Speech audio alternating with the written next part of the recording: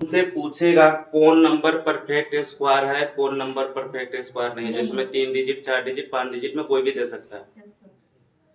तो हमें चेक करना है क्या चीज के लिए, परफेक्ट स्क्वायर। किसके लिए,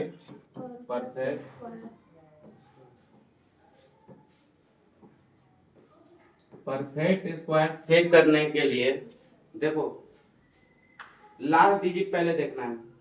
1 के लिए मेरा किससे मैच कर रहा है, 9 से। ये भी इसके भी लिए 1 है, इसके लिए भी 1 है। 2 के लिए 4 है, 8 के लिए भी 4 है, 3 के लिए 9 है और 7 के लिए भी 9 है, 4 के लिए 6 है, 6 के लिए 5 के लिए 5। इसके अलावा कौन सा ऐसा नंबर है जो कि किसी डिजिट का भी स्क्वायर कर रहा है, वो नंबर नहीं है। देखो 1 2 कहीं नजर आ रहा है, नहीं है। 1 2 3 कहीं नजर आ रहा है लास्ट में कोई भी नंबर, 7 एंड 8। अगर ये नंबर किसी डिजिट के लास्ट में हो, 2 3 7 8 होगा तो वह परफेक्ट स्क्वायर नहीं होगा। डायरेक्ट आंख बंद करके बोलना, बाकी बात वाली बात समझ में आ गया।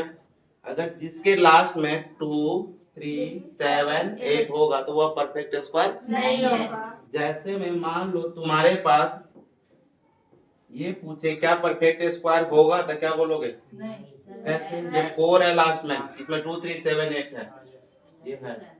अगर मान लो 5 4 3 8, ये लास्ट नंबर देखना है सिर्फ, नो होगा।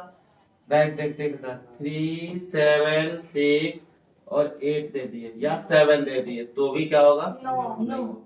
परफेक्ट स्क्वायर समझ में आ गया। अब है क्या, मान लो कोई भी दो लगातार नंबर के बीच का अगर स्क्वायर पूछा जाएगा, स्क्वायर के बीच का नंबर, क्या बोले हम, दो नंबर के बीच के स्क्वायर के नंबर।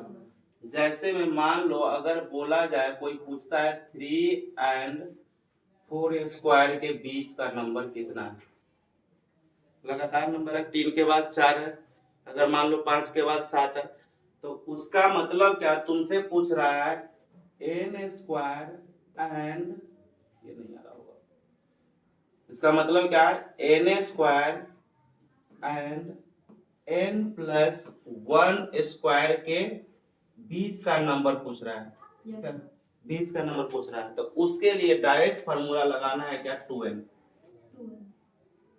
क्या लगाना है, 2n। अब देखो ये कैसे होगा, मान लो यही तुम्हारा ये क्वेश्चन है, इसको तो हम डायरेक्ट 3 का स्क्वायर लिख लिए, एंड क्या हो गया 3 प्लस 1 का होल स्क्वायर, यही ना। मतलब क्या, n क्या है मेरा यहाँ पे 3 है, इस n के जगह पे क्या है 3 है, मतलब क्या हो जाएगा 2n हम फार्मूला बोले, मींस कितने नंबर बीच में होगा, 2 इंटू 3 कितने नंबर होगा, 6 आंसर।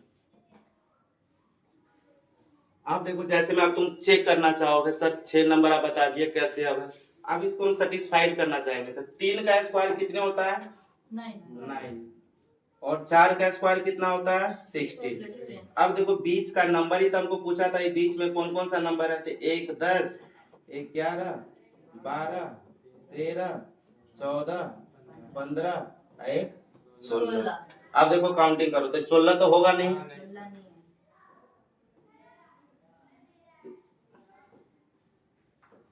अब देखो नंबर काउंटिंग करते हैं, 1 2 3 4 5 6, आया समझ में।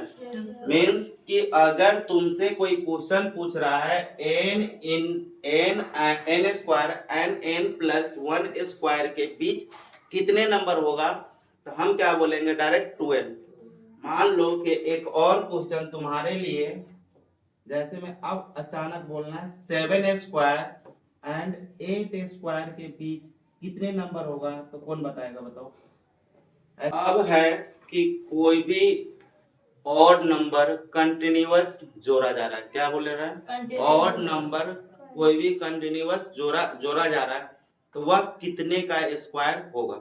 तो सबसे पहले हमको ऑड नंबर, तुमको थोड़ा बहुत जान जाते हैं, ऑड नंबर किसको बोलते हैं, जो 2 से डिवाइड नहीं होगा। अब जैसे में पहले ऑड नंबर लिखते हैं 1 3 5 7 9 11 15 17 बहुत सारा है ना।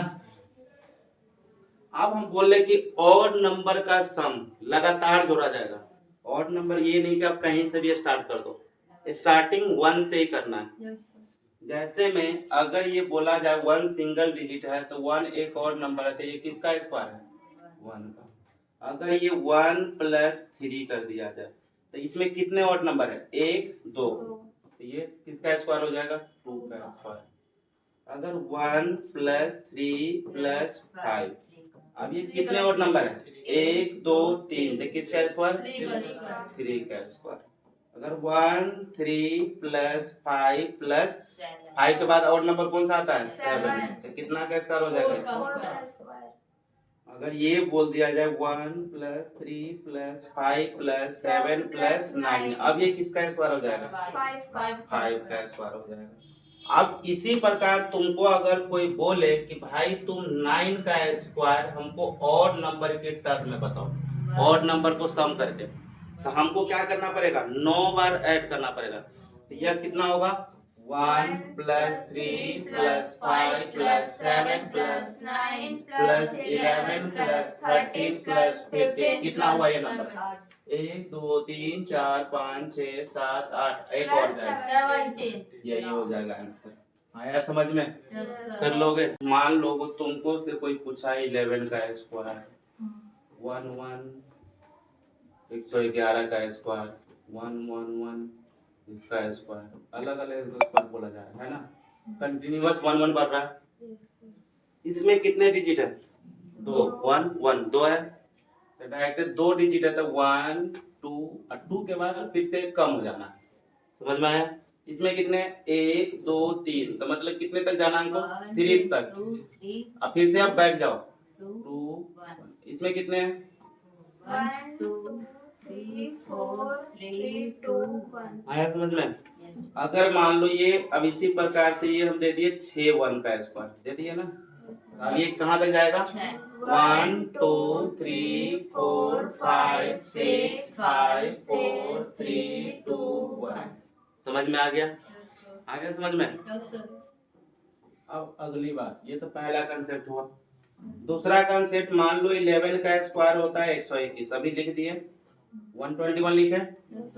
अगर अब है तुम्हारे पास 101 का स्क्वायर, इसी प्रकार से 1001 का स्क्वायर, समझ में आया क्या मैं लिखना चाह रहा हूँ? सो ये अलग था, ये अलग है। अब ये बीच में कितने जीरो है? 1, तो हमको क्या करना है? 1 0 2 0 1,